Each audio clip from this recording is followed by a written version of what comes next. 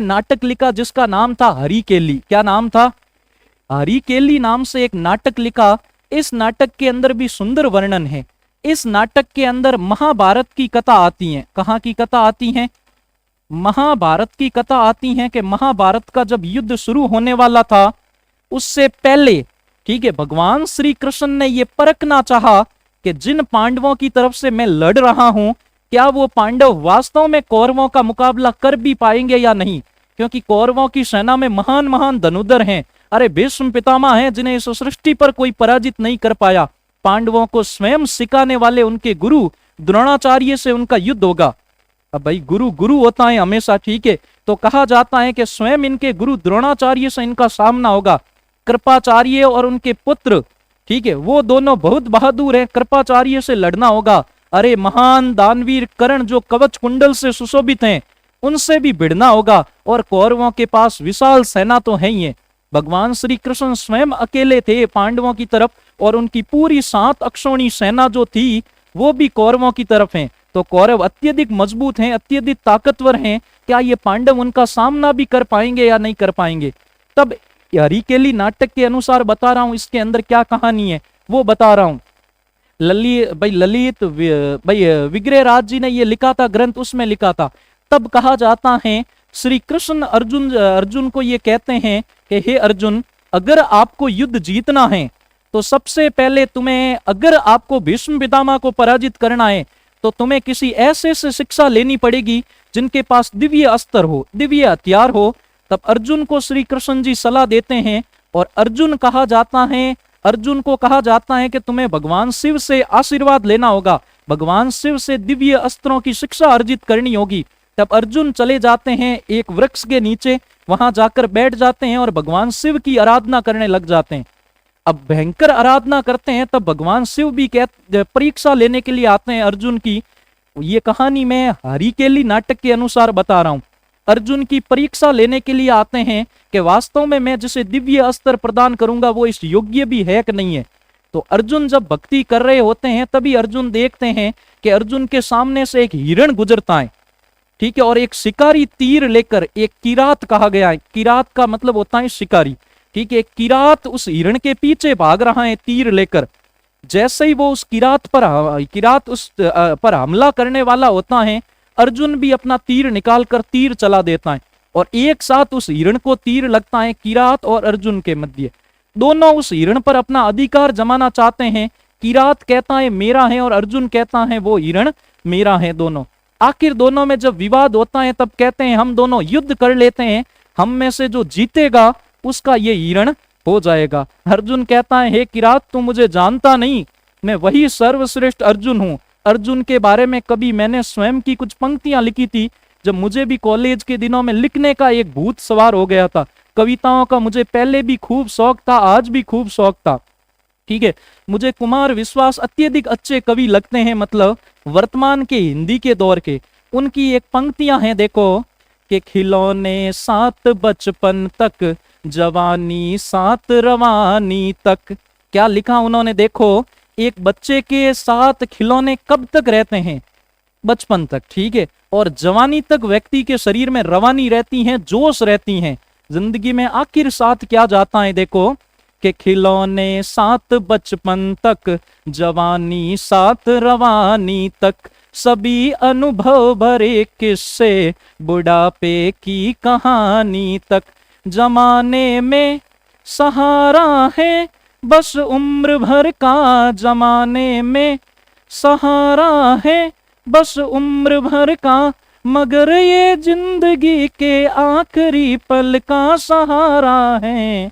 ये गंगा का किनारा है, ये गंगा का किनारा है, ये गंगा का किनारा है, ये गंगा का किनारा है। यानी मनुष्य को जीवन में अंतिम जो उसके साथ रहेगा वो आखिर उसे गंगा का किनारा ही झेलेगा।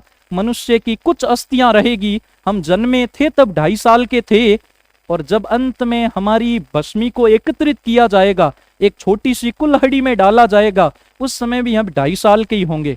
तो इस 2.5 से 2.5 के बीच की कहानी में कुछ ऐसा करके चले जाओ, जिंदगी में बड़े बड़े सपने देखो, उन्हें पूरे करने के लिए अपना दमखम झोंक दो, जिंदगी में वो जरूर पूरे होंगे।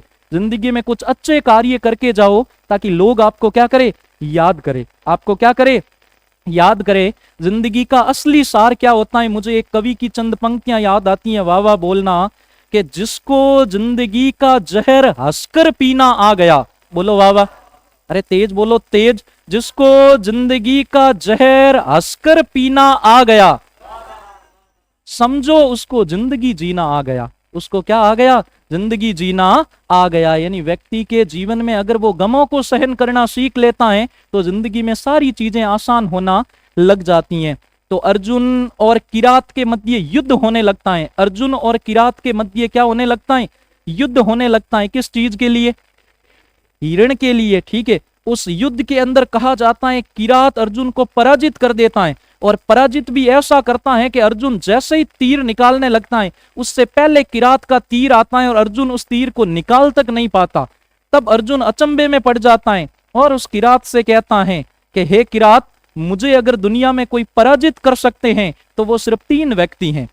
एक तो मुझे इंद्रदेव पराजित कर सकते हैं। कौन कर सकते हैं, इंद्रदेव, तुम इंद्रदेव नहीं हो। दूसरा, मुझे भीष्म पितामह पराजित कर सकते हैं, तुम भीष्म पितामह भी नहीं हो, क्योंकि इन दोनों से मैं मिल चुका हूं।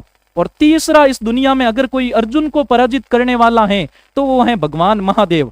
इसका मतलब हो या ना हो, तुम किरात के वेश में महादेव हो। कौन हो, महादेव हो, और मैं तुमको क्या करता हूं, नमन करता हूं। महादेव जी कहते हैं, हे वत्स, मैंने तुम्हारी जो शिक्षा लेने के, मैं तेरी परीक्षा लेने के लिए यहां पर आया था, मेरी परीक्षा पूर्ण हुई, तुम वास्तव में मेरा परम भक्त हैं।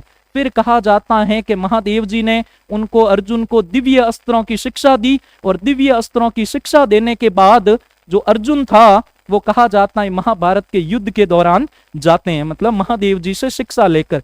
तो ये सारी की सारी कहानी कहां पर लिखी हुई है, हरिकेली नाटक के अंदर। मैंने आपको जो कहानी बताई वो कहां लिखी हुई है, हरिकेली नाटक के अंदर लिखी हुई है। ये नाटक इतना प्रसिद्ध था, ये नाटक इतना प्रसिद्ध है कि एक झोंपड़ा बनेगा जिसका नाम है 2.5 दिन का झोंपड़ा। क्या है, वर्तमान में भी है 2.5 दिन का झोंपड़ा। 2.5 दिन के झोंपड़े के अंदर भी क्या लिखी हुई है, 2.5 दिन के झोंपड़े के अंदर भी कहा जाता है इसी हरिकेली नाटक की पूरी व्याख्या लिखी हुई है पत्थरों पर। और इसके अलावा बताओ, विदेश जाने वाले प्रथम दार्शनिक कौन थे, भारत के पहले दार्शनिक कौन थे जो विदेश गए, जिन्हें नव जागरण का उस समय का जनक कहा जाता है। सर्वप्रथम भारत के अंदर नव जागरण की अलग जगाने वाले व्यक्ति, कुरीतियों को खत्म करने वाले व्यक्ति, जिन्होंने सबसे पहले सती प्रथा के लिए आवाज उठाई, सर्वप्रथम उनका नाम था राजा राममोहन राय। क्या नाम था, राजा राममोहन राय। राजा राममोहन राय जब बिहार के शासक की सहायता से विदेश चले जाते हैं, विदेश के अंदर राजा राममोहन राय की तबीयत गड़बड़ हो जाती है। भारत के बहुत बड़े दार्शनिक में से एक थे। हम स्वामी दयानंद सरस्वती जी को पढ़ते हैं, स्वामी विवेकानंद जी को पढ़ते हैं। उन्हीं के समय के एक शासक थे जिनका नाम था राजा राममोहन राय। ठीक है, राजा की उनको उपाधि दी गई थी, राजा नहीं थे। लेकिन जब राजा राममोहन राय विदेशों के अंदर गए, उस समय विदेशों के अंदर उनकी तबीयत खराब हो जाती है और इन्हें एक कहा जाता है ब्रिस्टल हाउस के अंदर उन्हें रखा जाता है। अंग्रेजों का एक जगह है, वहां पर रखा जाता है, जहां डॉक्टर नित्य उनको चेक करने के लिए आए थे। तब राजा राममोहन राय से पूछा गया, आप अपनी जिंदगी में अंतिम चीज क्या देखना चाहोगे? तब उन्होंने कहा, अगर मुझे कुछ दिखाना चाहते हो तो मुझे हरिकेली नाटक पढ़ने को दिया जाए। तो राजा राममोहन राय के कहने पर दीवारों पर पूरा का पूरा हरिकेली नाटक लिखा गया। हरिकेली संस्कृत के अंदर है, हरिकेली नाटक लिखा गया। तो आज भी इंग्लैंड के ब्रिस्टल हाउस में, कहां पर, इंग्लैंड के ब्रिस्टल हाउस के अंदर हरिकेली नाटक की क्या लिखी हुई हैं, पंक्तियां। क्या लिखी हुई हैं, पंक्तियां लिखी हुई हैं। तो ये हरिकेली नाटक इतना प्रसिद्ध था, जो किनके